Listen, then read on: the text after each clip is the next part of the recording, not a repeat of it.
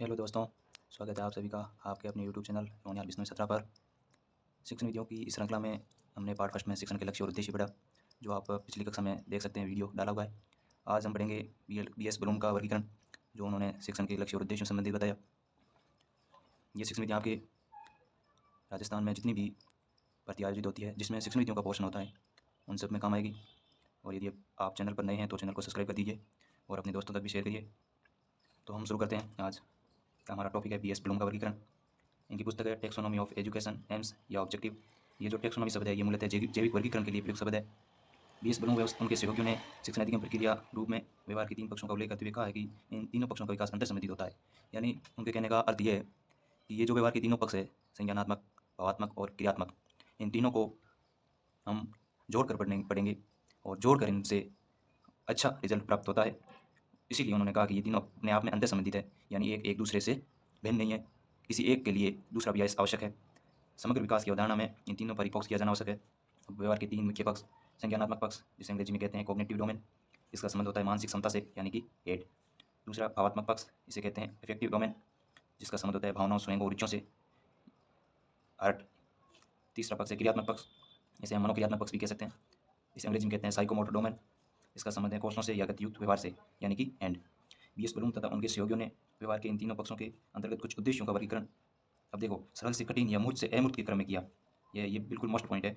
ये प्रश्न में पूछा भी जाता है कि उन्होंने अपने उद्देश्यों का वर्गीकरण किस तरह से किया, कठिन से सरल या सरल से कठिन। तो ये सरल से कठिन और मूर्त से अमूर्त के क्रम में किया है, तथा कहा है कि बिना निचले स्तर का एक उद्देश्य प्राप्त किए उच्च स्तर का उद्देश्य प्राप्त नहीं कर सकते, यानी कि हमें एक क्रम में चलना पड़ेगा। अब देखिए, संज्ञानात्मक या ज्ञानात्मक पक्ष, इसका वर्गीकरण प्रस्तुत किया बी एस ब्लूम ने 1956 में। यहाँ से प्रश्न पूछे जाते हैं इस बी एस ब्लूम के वर्गीकरण से, यार भर्ती में परीक्षा में प्रश्न पूछे जाते हैं, तो आप अच्छे से पढ़िएगा। बी एस ब्लूम ने 1956 में दिया। इसमें उन्होंने 6 उद्देश्य बताए। सबसे नीचे ज्ञान, उसके बाद अवबोध, अनुप्रयोग, विश्लेषण, संश्लेषण और मूल्यांकन। इसके बाद भावात्मक पक्ष का वर्गीकरण करतवाल व मसीहा ने दिया 1964 में। इन्होंने भी 6 उद्देश्य बताए: आग्रहण, अनुक्रिया, अनुमूल्य, संपत्तिकरण, संगठन और चारित्रीकरण या विशेषीकरण। इसके बाद क्रियात्मक या कौशलात्मक या मनोविद्यात्मक या मनोप्रेरणा, ये इसी के सभी नाम है। इसके संबंध में वर्गीकरण 1969 में सिम्पसन ने दिया और 1970 में यूलर ने दिया। सिम्पसन का वर्गीकरण, जिसमें 6 उद्देश्य बताए: उद्दीपन, कार्य करना, परिशुद्धता या नियंत्रण, समन्वय या जोड़बंदी, स्वाभाविकरण और आदत निर्माण। इसके बाद 1970 में यूलर ने क्रियात्मक पक्ष से संबंधित 4 उद्देश्य बताए: स्थूल शरीर गति, गति में उचित समन्वय, अशाब्दिक संचार और वाणी व्यवहार। अब ब्लूम और उनके साथियों द्वारा किए गए इन उद्देश्यों के वर्गीकरण का टारगेट यह था कि पाठ्यक्रम का विकास क्रमिक तरीके से हो, अधिगम स्तर को सुधारना और मूल्यांकन की समस्याओं को दूर करना। ब्लूम द्वारा दिए गए शिक्षण उद्देश्यों में संशोधन का कार्य एंडरसन ने 2001 में किया। अब हम इन तीनों पक्षों के वर्गीकरण को डिटेल में पढ़ते हैं। नंबर 1, संज्ञानात्मक पक्ष, बी एस ब्लूम 1956, 6 उद्देश्य बताए। इसकी पहचान है ज्ञान का पुनर्स्मरण, पहचान, बौद्धिक क्षमताओं और कौशलों का विकास। इसकी विशेषता है कि पाठ्यपुस्तक निर्माण में अधिकांश कार्य इसी पक्ष पर केंद्रित है। बी एस ब्लूम ने इन उद्देश्यों को सरल से जटिल तथा सबसे नीचे ज्ञान व सबसे ऊपर मूल्यांकन को रखा। नंबर 1, ज्ञान, अवबोध, अनुप्रयोग, विश्लेषण, संश्लेषण और मूल्यांकन। इन प्रत्येक उद्देश्यों की व्यवहारिक शब्दावली या कार्य सूचक क्रियाएं बी एस ब्लूम द्वारा नहीं दी जाकर रॉबर्ट मेगर द्वारा दी गई। अब ये जो कार्य सूचक क्रियाएं या शब्दावली या जो पहचान है, इनसे भी प्रश्न पूछ लिया जाता है। अब ये क्या है कि प्रत्येक उद्देश्य में अलग अलग क्रियाएं या शब्दावली या पहचान के रूप में दी गई है, जो हम सभी रट भी नहीं सकते, लेकिन हमें बड़े तौर पर समझना होगा कि यदि ये इस तरीके के शब्द दिए हुए हो तो वो किस उद्देश्य से रिलेटेड है। तो हम जो थोड़ी थोड़ी समझ विकसित कर लेंगे तो ये प्रश्न हमारे सही हो जाएंगे। बाकी सभी याद ने मेरे से हुए हैं और लगभग ने कोई कर पाया है। तो हम इसे पढ़ते हैं।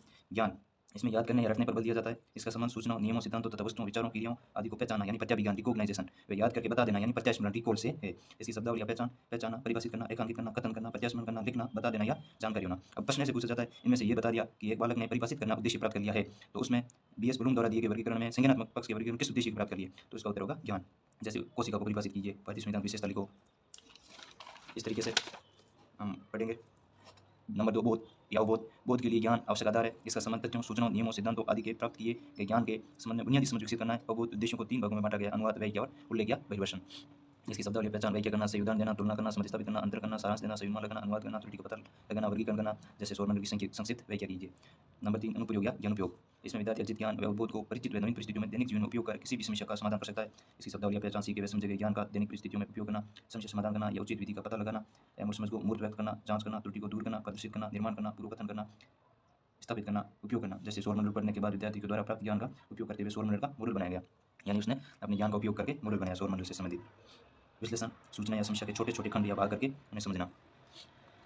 इससे संबंधित शब्दावली या पहचान, सूचना का विश्लेषण करना, अंतर बताना, सूचना को विभाजित करना, तुलना करना, सूचना का वर्गीकरण करना, संबंधित करना, अलग करना, जैसे पादप व जंतु कोशिका में तुलना कीजिए। नंबर 5 संश्लेषण, इसका मतलब है इकट्ठा करना, जोड़ना या समेटना। इसमें रचनात्मकता मौलिकता पर बल दिया जाता है। इसकी शब्दावली विभिन्न सूचनाओं को एकत्र कर नवीन निष्कर्ष निकालना, समय की इतिहास संगठित करना, संक्षिप्तीकरण करना, मिलाना या संश्लिष्ट करना, सारांश निकालना, समझ जोड़ना, प्रारूप बनाना, सामान्यीकरण करना, जैसे किसी नए सूत्र या सामाजिक अवधारणा की व्युत्पत्ति करना। नंबर 6 मूल्यांकन, इसका संबंध उस निर्णय से है जो किसी उद्देश्य, विचार, कार्य, विधि, सामग्री आदि के मूल्य के संबंध में दिया जाता है। पहले से निर्धारित मानदंड क्राइटेरिया के आधार पर मूल्यांकन किया जाता है, जो मात्रात्मक या गुणात्मक हो सकता है।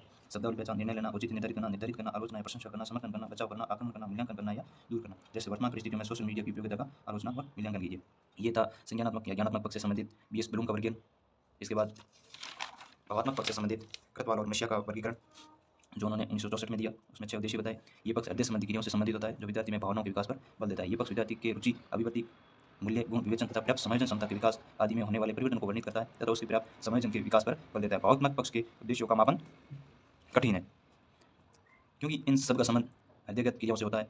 व्यक्ति किस तरीके से सोचता है, उसका दृष्टिकोण क्या है, उसकी रुचि क्या है, तो इसका मापन कठिन होता है, क्योंकि वो जब परीक्षण होता है तो खुलकर नहीं बता देता है, तो इसलिए इसका मापन कठिन होता है। अब इसमें 6 आग्रहण, अनुक्रिया, अनुमील्य, संप्रतिकरण, व्यवस्थापन और चारित्रिकरण, इससे संबंधित क्रिया है।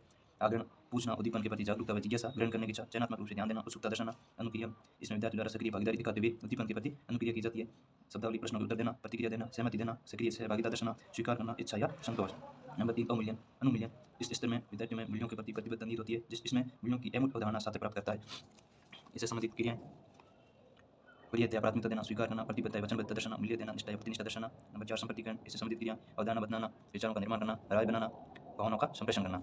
नंबर 5 संगठन या व्यवस्थापन, इस स्तर में विद्यार्थी द्वारा स्वीकार किए गए विभिन्न मूल्यों के बीच में तुलना की जाती है। ऐसी स्थिति में मूल्यों में टकराव का सामना करता है। इस टकराव के समाधान हेतु विद्यार्थी मूल्यों में समन्वय स्थापित करते हुए एक अद्वितीय मूल्य तंत्र तैयार करता है।